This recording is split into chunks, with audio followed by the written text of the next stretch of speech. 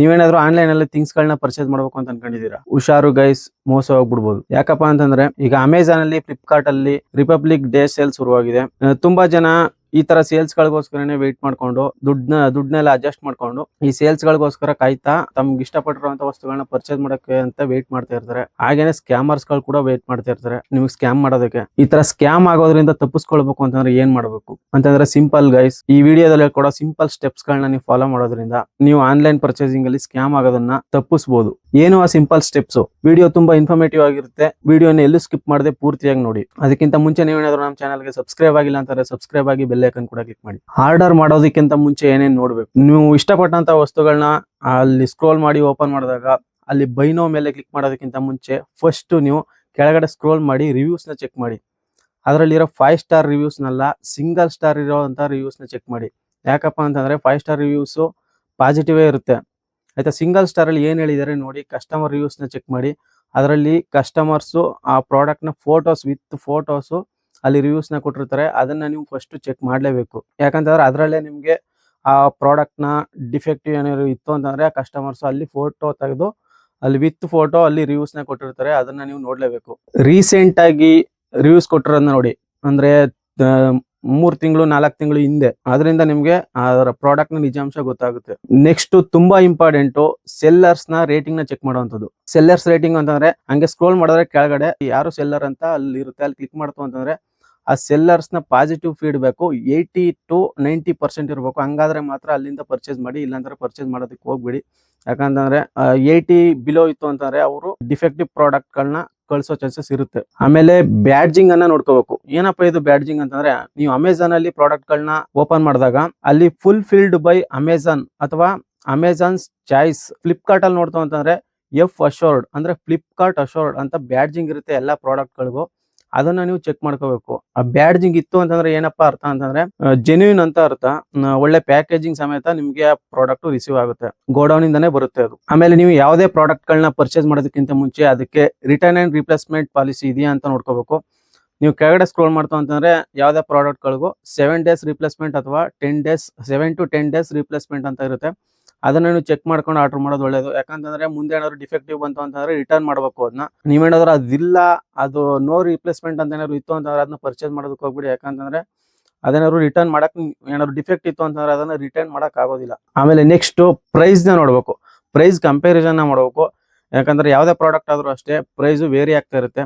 ಈ ಹಿಂದೆ ಎಷ್ಟಿತ್ತು, ಲಾಂಚ್ ಆದಾಗ ಎಷ್ಟಿತ್ತು, ಆಮೇಲೆ ಸೇಲ್ ಬರೋದಕ್ಕಿಂತ ಮುಂಚೆ ಎಷ್ಟಿತ್ತು, ಈ ಸೇಲಲ್ಲಿ ಎಷ್ಟಿದೆ ಎಲ್ಲಾನು ಕಂಪ್ಯಾರಿಸನ್ ಮಾಡಿ ನಿಮ್ಗೆ ಅದು ವರ್ತ್ ಅನ್ಸಿದ್ರೆ ಮಾತ್ರ ಪರ್ಚೇಸ್ ಮಾಡಿ. ಇಲ್ಲ ಅಂತಂದ್ರೆ ಜಾಸ್ತಿ ಇದೆ, ಹೋದ್ ಸಲಗಿಂತ ಜಾಸ್ತಿ ಇದೆ ಅಂತಂದ್ರೆ ಪರ್ಚೇಸ್ ಮಾಡೋದಕ್ಕೆ ಹೋಗ್ಬಿಡಿ. ಇನ್ನೊಂದ್ ಸ್ವಲ್ಪ ದಿನ ಕಾಯ್ತು ಅಂತಂದ್ರೆ ಅದು ಪ್ರೈಸ್ ಡೌನ್ ಆಗುತ್ತೆ, ಅವಾಗ ಬೇಕಾದ್ರೆ ನೀವು ಪರ್ಚೇಸ್ ಮಾಡ್ಬೋದು. ಆಮೇಲೆ ಯಾವುದೇ ಪ್ರಾಡಕ್ಟ್ ಗಳ ಮೇಲೆ ಬ್ಯಾಂಕ್ ಆಫರ್ಸ್ ಗಳಿದೆಯಾ ಅಥವಾ ಕಾರ್ಡ್ ಆಫರ್ಸ್ ಗಳಿದೆಯಾ ಅಂತ ಚೆಕ್ ಮಾಡ್ಕೋಬೇಕು. ಯಾಕಂತಂದ್ರೆ ಒಂದು 10% to 15% ನಿಮ್ಗೆ ಡಿಸ್ಕೌಂಟ್ ಸಿಗುತ್ತೆ.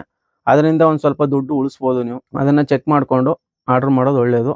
ನೋ ಕಾಸ್ಟ್ EMI ಇತ್ತು ಅಂತಂದ್ರೆ EMI ತಗೊಳ್ಳೋರು ನೋ ಕಾಸ್ಟ್ EMI ಇದೆಯಾ ಅಂತ ನೋಡ್ಕೊಳ್ಳಿ. ಇಲ್ಲ ಅಂತಂದ್ರೆ ಇಂಟ್ರೆಸ್ಟ್ ಪೇ ಮಾಡ್ಕೊಂಡು EMI ಎಲ್ಲ ತಗೊಳಕ್ ಹೋಗ್ಬಿಡಿ. ಇದಿಷ್ಟು ಪ್ರಾಡಕ್ಟ್ ನ ಆರ್ಡರ್ ಮಾಡೋದಕ್ಕಿಂತ ಮುಂಚೆ ನೋಡ್ಲೇಬೇಕಾದಂತ ಒಂದಷ್ಟು ವಿಷಯಗಳು. ಇಷ್ಟೆಲ್ಲ ನೋಡಿದ್ಮೇಲೆ ಆರ್ಡರ್ ಮಾಡ್ಬೋದಾ ಅಂತ ನೀವೇನಾದ್ರು ಕೇಳಿದ್ರೆ ಸ್ವಲ್ಪ ತಡೀರಿ. ಯಾಕಂತಂದ್ರೆ ನೀವು ಯಾವುದೇ ಒಂದು ಪ್ರಾಡಕ್ಟ್ ನ ನೀವು ಆನ್ಲೈನ್ ಅಲ್ಲಿ ಬ್ರೌಸರ್ ಅಲ್ಲಿ ನೀವು ಸರ್ಚ್ ಮಾಡ್ತಾ ಇತ್ತು ಅಂತಂದ್ರೆ ಆ ಪ್ರಾಡಕ್ಟ್ ಪ್ರೈಸ್ ರೇಟ್ ನ ಜಾಸ್ತಿ ಮಾಡೋ ಚಾನ್ಸಸ್ ಇರುತ್ತೆ. ನೀವೇನಾದ್ರು ಸ್ವಲ್ಪ ದಿನ ತಡೀತು ಅಂತಂದ್ರೆ ಅದನ್ನ ಕಾರ್ಟ್ಗೆ ಹಾಕಿ, ಫಸ್ಟ್ ಬೈ ಮಾಡೋದಕ್ಕಿಂತ ಮುಂಚೆ ಅದನ್ನ ಕಾರ್ಟ್ಗೆ ಹಾಕಿ ಒಂದ್ 2 ದಿನ ವೇಟ್ ಮಾಡಿ. ಯಾಕಂತಂದ್ರೆ ನೀವು ತಗೋತೀರಾ ಅನ್ನೋ ಕನ್ಫರ್ಮ್ ಇತ್ತು ಅಂತಂದ್ರೆ ಪ್ರೈಸ್ ನ ರೇಟ್ ಜಾಸ್ತಿ ಮಾಡ್ಬಿಡ್ತಾರೆ. ಕಾರ್ಟ್ಗೆ ಹಾಕಿ ಒಂದ್ 2 ದಿನ ವೇಟ್ ಮಾಡಿಸ್ತು ಅಂತಂದ್ರೆ ಇವ್ರು ಯಾಕೋ ತಗೊಳಂಕ ಅಂತೆಲ್ಲ ಸ್ವಲ್ಪ ಡಿಸ್ಕೌಂಟ್ ಕೊಟ್ಟು ನೋಡೋಣ, ಸ್ವಲ್ಪ ರೇಟ್ ಕಮ್ಮಿ ಮಾಡಿ ನೋಡೋಣ, ಆಮೇಲೆ ಪರ್ಚೇಸ್ ಮಾಡ್ತಾರೆ ಅಂತ ಡಿಸ್ಕೌಂಟ್ ಕೊಡೋ ಚಾನ್ಸಸ್ ಇರುತ್ತೆ. ನಾಟ್ 100%, ಸ್ವಲ್ಪ ಚಾನ್ಸಸ್ ಇರುತ್ತೆ. ಅದನ್ನ ಚೆಕ್ ಮಾಡಿ. ನೀವು ಏನಾದ್ರು ನಿಮ್ಗೆ ಅರ್ಜೆಂಟ್ ಇತ್ತು, ಸೇಲ್ ಮುಗಿದೋಗುತ್ತೆ ಅಂತ ಅನ್ನೋದಾದ್ರೆ ನೀವು ಪರ್ಚೇಸ್ ಮಾಡ್ಬೋದು. ಇಲ್ಲ ಟೈಮ್ ಇದೆ ಇನ್ನೂ ಆಮೇಲೆ ತಗೋಬಹುದು ಅಂತಂದ್ರೆ ಇದನ್ನ ಸ್ವಲ್ಪ ಟ್ರೈ ಮಾಡಿ, ರೇಟ್ ಸ್ವಲ್ಪ ಕಮ್ಮಿ ಆದ್ರೂ ಆಗ್ಬೋದು. ಆರ್ಡರ್ ಡೆಲಿವರಿ ಟೈಮ್ ನಲ್ಲಿ ಏನೆಲ್ಲ ಮಾಡ್ಬೇಕು? ಎಲ್ಲ ನೋಡಾಯ್ತು, ಎಲ್ಲ ಸರಿ ಇದೆ, ಆರ್ಡರ್ ಮಾಡಾಯ್ತು, ಡೆಲಿವರಿ ಬಾಯ್ ಕೂಡ ಮನೆ ಹತ್ರ ಬಂದಿದ್ದೇನೆ. ಇವಾಗ ಏನ್ ಮಾಡಬೇಕು ಅಂತಂದ್ರೆ ಜಸ್ಟ್ ಸಿಂಪಲ್, ನೀವು ಫಸ್ಟ್ ಹೋಗಿ ಡೆಲಿವರಿ ಬಾಯ್ ಹತ್ರ ಫಸ್ಟ್ OTP ಎಲ್ಲ ಕೊಟ್ಟು ಡೆಲಿವರಿನ ರಿಸೀವ್ ಮಾಡ್ಕೊಳ್ಳೋದಕ್ಕಿಂತ ಮುಂಚೆ ಫಸ್ಟ್ ನೀವು ಪ್ರಾಡಕ್ಟ್ ನ ಚೆಕ್ ಮಾಡಿಸಿ. ಓಪನ್ ಬಾಕ್ಸ್ ಡೆಲಿವರಿ ಇರುತ್ತೆ, ಅದನ್ನ ಯೂಸ್ ಮಾಡ್ಕೊಳ್ಳಿ. ಆ ಡೆಲಿವರಿ ಬಾಯ್ನೇ ಓಪನ್ ಮಾಡಿ ಆ ಪ್ರಾಡಕ್ಟ್ ಸರಿ ಇದೆಯಾ ಇಲ್ವಾ ಅಂತ ಚೆಕ್ ಮಾಡಿ ನಿಮ್ಗೆ ಕೊಡ್ತಾನೆ. ನೀವು ಆ ಟೈಮಲ್ಲಿ ವಿಡಿಯೋ ಮಾಡ್ಕೊಂಡ್ರು ಒಳ್ಳೇದು. ಅಮೆಝಾನ್ ಅಲ್ಲಿ ಡೆಲಿವರಿ ಓಪನ್ ಬಾಕ್ಸ್ ಡೆಲಿವರಿ ಇಲ್ಲ. ಅವಾಗ ಏನ್ ಮಾಡ್ಬೇಕು ಅಂತಂದ್ರೆ ನೀವು ವಿತ್ ಸೀಲ್ ಅದನ್ನ ರಿಸೀವ್ ಮಾಡ್ಕೊಂಡು ಮನೇಲಿ ಬಂದು ಅದನ್ನ ವಿಡಿಯೋ ಮಾಡ್ಕೊಂಡು ಓಪನ್ ಮಾಡಿ. ಫಸ್ಟ್ ಸೀಲ್ ಎಲ್ಲ ಕರೆಕ್ಟ್ ಆಗಿದೆ ಅಂತ ಚೆಕ್ ಮಾಡ್ಕೊಳ್ಳಿ. ಸೀಲ್ ಎಲ್ಲ ಓಪನ್ ಇಲ್ಲ ಅಂತಂದ್ರೆ ಅದನ್ನ ಒಂದು ವಿಡಿಯೋ ಮಾಡ್ಕೊಂಡು ಓಪನ್ ಮಾಡೋದು ತುಂಬಾ ಒಳ್ಳೇದು. ಸೀಲ್ ಎಲ್ಲ ಆಗಿದೆಯಾ ಚೆಕ್ ಮಾಡ್ಕೊಳ್ಳಿ, ಸುತ್ತ ಸೀಲ್ನೆಲ್ಲ ವಿಡಿಯೋ ಮಾಡ್ಕೊಳ್ಳಿ. ಆಮೇಲೆ ನೆಕ್ಸ್ಟ್ ಓಪನ್ ಮಾಡುವಾಗ ಆಕ್ಸೆಸರೀಸ್ ಎಲ್ಲ ಬಾಕ್ಸ್ ಒಳಗಡೆ ಕರೆಕ್ಟ್ ಆಗಿದೆಯಾ ಅಂತ ಚೆಕ್ ಮಾಡ್ಕೊಳ್ಳಿ. ಆಮೇಲೆ ನಿಮ್ಮ ಪ್ರಾಡಕ್ಟು ಡಿಫೆಕ್ಟಿವ್ ಏನಾರು ಇತ್ತಾಗ ಸ್ಕ್ರಾಚಸ್ ಏನಾರು ಇದೆಯಾ ಅಂತೆಲ್ಲ ಚೆಕ್ ಮಾಡ್ಕೊಳ್ಳೋದು ತುಂಬಾ ಒಳ್ಳೇದು. ವಿತೌಟ್ಸ್ ಎನಿ ಕಟ್ಸ್ ವಿಡಿಯೋ ಮಾಡುವಾಗ ಯಾವುದೇ ಕಟ್ ಮಾಡಿ ವಿಡಿಯೋ ಮಾಡಕ್ ಹೋಗ್ಬೇಡಿ.